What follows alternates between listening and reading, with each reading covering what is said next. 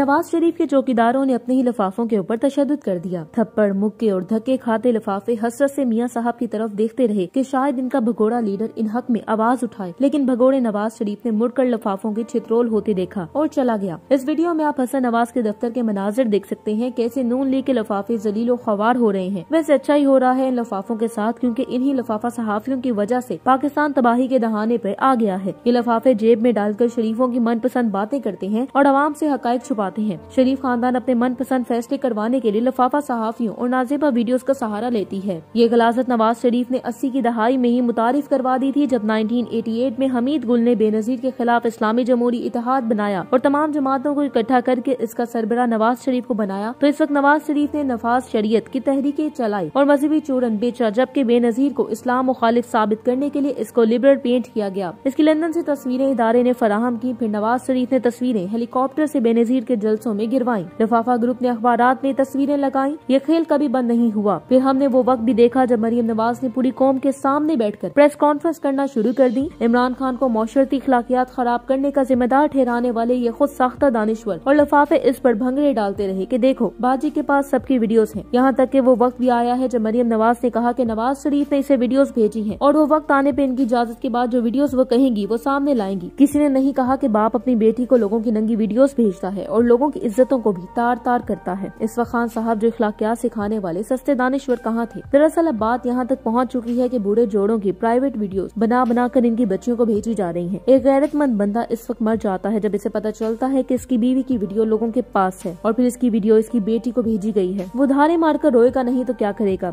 इस emotional point पर नून league और पीपल्स पार्टी से अचानक लोग सामने आते हैं और हल्की आंच पर मुजम्मत शुरू हो जाती है। हम जानते हैं कि इस मुजम्मती ट्वीट्स की दौड़ें कहां से हिल रही हैं। ये अचानक इखलाकी बुखार कैसे चढ़ा है और इस इमोशनल पॉइंट को हाईजैक करके आखिर में कैसे इस्तेमाल किया जाएगा। गलास्तों के इन पहाड़ों के करतूत सब जानते हैं। ये ड्रामेबाजियां बंद करें। कौम जान चुकी है कि इस मजमूम और घटिया खेल के पीछे शरीफ खानदान ने, जिनका इज्जत, गैरत और इखलाकियात से दूर दूर तक कोई ताल्लुक नहीं। अफसोस तो हमें उन सहाफियों पर है जो चंद कागज के टुकड़ों के लिए अपने जमीर का सौदा करके इस गंदे खेल में शामिल हो जाते हैं। इन लिफाफा सहाफियों ने सहाफत का नाम बदनाम कर रखा है, वरना सहाफत की बदौलत हम जिंदगी के हजारों शोबों से मुतालिक न सिर्फ मालूमात हासिल करते हैं बल्कि हमारी कई तरह की रहनुमाई भी हो जाती है। इस लिहाज से अगर ये कहा जाए कि सहाफत का एक मकसद तालीम देना भी है तो ये बजा ना होगा। हर रोज इत्तलात, मालूमात और खबरें मुहैया करके अखबारात हमारे इल्म में इजाफे का बाइस बनते हैं। सहाफत हमेशा भी है और फन भी, सहाफत पेशा भी है और फन भी। सहाफी न सिर्फ मौशरती इक़दार का निगहबान होता है बल्कि इस पर एक भारी इखलाकी जिम्मेदारी भी आयद होती है। जरूरी है कि वो मुतवाज़न शख्सियत का हामिल हो, क्योंकि इसे तरह तरह के लोगों से मिलना होता है। अगर वो वुसअत नजर का मालिक होगा तो हालात और वाकयात का बगौर जायजा ले पाएगा। वो अपने नजरियात दूसरों पर न ठूंसे बल्कि वुकत कल्बी से दूसरों के अच्छे नजरियात का भी प्रचार करे। गैर जानिबदारी भी सहाफी की अवलीन शर्त है। अच्छा सहाफी हमेशा दूसरों से तावन करता है। सहाफत मुसलसल मेहनत और अर्करेजी का काम है। बाज़ औक़ात सहाफी को ऐसे माहौल में भी काम करना पड़ता है जहाँ असाबी दबाव, नापसंदीदा माहौल और मुखालफतों का भी सामना करना पड़ता है। अगर इसमें कुव्वत बर्दाश्त हो तो कामयाब सहाफी बन जाता है। सच और बामकसद हकाइक की तशहीर सहाफती असूल का नमूना है। इसे अपने फराइज मुकम्मल खुद मुख्तारी और अवाम के मुफाद की खातिर अंजाम देना होते हैं। असल में यही मुआशरे की खिदमत। लेकिन जो सहाफी लिफाफों की सहाफत करते हैं इन्हें दौलत तो मिल जाती है लेकिन इज्जत दो कौड़ी की नहीं रहती। फिर इनके साथ ऐसा ही सलूक किया जाता है जैसे लंदन में नवाज शरीफ के बॉडी गार्ड्स ने किया। लेकिन हो सकता है कि लिफाफे ये सोच कर अपने दिल को तसल्ली दें कि इतनी सी बेइज्जती पर क्या बुरा मनाना। शरीफ खानदान तो रोज ही सड़कों पर जलील होता है। अगर वो पाकिस्तान पर हुकूमत करने के बाद भी जिल्लत पर शर्मिंदा नहीं होते तो हम तो फिर लिफाफा सहाफी हैं। वैसे अगर लिफाफे ये सोचकर अपने दिल को बहला लेते हैं तो इसमें कोई बुरी बात नहीं, क्योंकि इनका भी शरीफ खानदान की तरह इज्जत से दूर दूर तक कोई वास्ता नहीं। इन्हें बस लिफाफों से मतलब होता है। इसलिए तो इतना जलील होने के बाद भी भगोड़े नवाज को एक अजीम लीडर बनाकर पेश करते हैं। हालांकि हकीकत कुछ यूँ है कि नवाज शरीफ एक मफरूर चोर है, लेकिन सहाफी लिफाफे इसे मफरूर चोर के लिए मफरूडी की बजाय जिला वतनी इस्तेमाल करते हैं ताकि लाशौरी तौर पर आवाम के जहनों में ये बैठाया जा सके कि नवाज शरीफ मफरूर नहीं बल्कि जिला वतन है। ऐसे ये लिफाफे सदारती निजाम को मार्शल बनाकर आवाम के सामने पेश कर रहे हैं और एक बयानिया बड़े धड़ल्ले से फैलाया जा रहा है कि पहले भी 3 डकैतरों ने सदारती निजाम लागू किया। जो डकैतरों ने लगाया था तो वो मार्शल लॉ था जिसको इन्होंने सदर के ओहदे से बदल दिया। मार्शल लॉ और सदारती निजाम एक चीज कैसे हो सकते हैं? और जो लोग इसको एक बना रहे हैं इनका भी अपना ही लेवल है। अगर तो आप सदारती निजाम की इसलिए मुखालफत कर रहे हैं कि सदारती निजाम लाना एस्टेब्लिशमेंट चाहती है तो आपसे बड़ा बेवकूफ इस दुनिया में कोई नहीं। सदारती निजाम एस्टेब्लिशमेंट की जिद है। जब मार्शल लॉ लगता है तो इस वक्त डिक्टेटर के लिए सबसे आसान रास्ता यही होता है कि वो किसी तरह आराम से मुंतखब हो जाए, क्योंकि पार्लिमानी निजाम से डिक्टेटर समेत हर किसी का मुंतखब होना जरा लंबा प्रोसेस हो जाता है। जितना लंबा प्रोसेस उतनी मुश्किलात में इजाफा। लिहाजा किसी भी किस्म की मुश्किल से बचने के लिए सीधा सीधा तरीका प्रकार इस्तेमाल किया जाता है। मार्शल लॉ के बाद डिक्टेटर का मेन मकसद बस इक्तदार में आना होता है। अब चाहे वो सदर बनकर इक्तदार में आए या वजीर आजम बनकर, इन्हें निजाम से कोई गर्ज नहीं होती। एस्टेब्लिशमेंट के लिए सदारती निजाम क्यों काबिल कबूल नहीं, इसकी बुनियादी वजह क्योंकि इस सिस्टम के जरिए ब्लैकमेलिंग और मुदाखलत कम हो जाती है। पार्लिमानी सिस्टम के जरिए खसूसन हैंग पार्लियामेंट बनवाकर एस्टेब्लिशमेंट को खुलकर खेलने का मौका मिलता है, क्योंकि ऐसी सूरत हाल इनके लिए आइडियल सोल्यूशन होती है। कभी ये लोग इत्तेहादियों के जरिए ब्लैकमेल करते हैं, कभी अपनी ही पार्टी के MNAs के जरिए, जबकि सदारती निजाम में अगर डायरेक्ट चुनाव होता है तो इसमें सदर अपनी काबीना तक बनाने में आजाद होता है। ऐसे में एस्टेब्लिशमेंट की दाल कम ही गलती है तो क्या एस्टेब्लिशमेंट चाहेगी कि ये वाला मौजूदा सिस्टम कभी खत्म हो? बल्कि उनकी तो कोशिश होगी कि 2023 में भी पार्लियामेंट ऐसे ही हैंग बना रहे जैसे अब तक बना हुआ है। सबसे पहले तो इन लफाफाखोर सहाफियों की छितरोल करनी चाहिए जिन्होंने इन बूट पॉलिश करने वाले मुफाद परस्तों को इनकलाबी बनाकर पेश कर रखा है। इस कौम का अलमिया ये है कि हमारे पास हामिद मीर, सलीम साफी, आसमा शिराजी, मंसूर, तलत वगैरह जैसे थर्ड क्लास सहाफी हैं,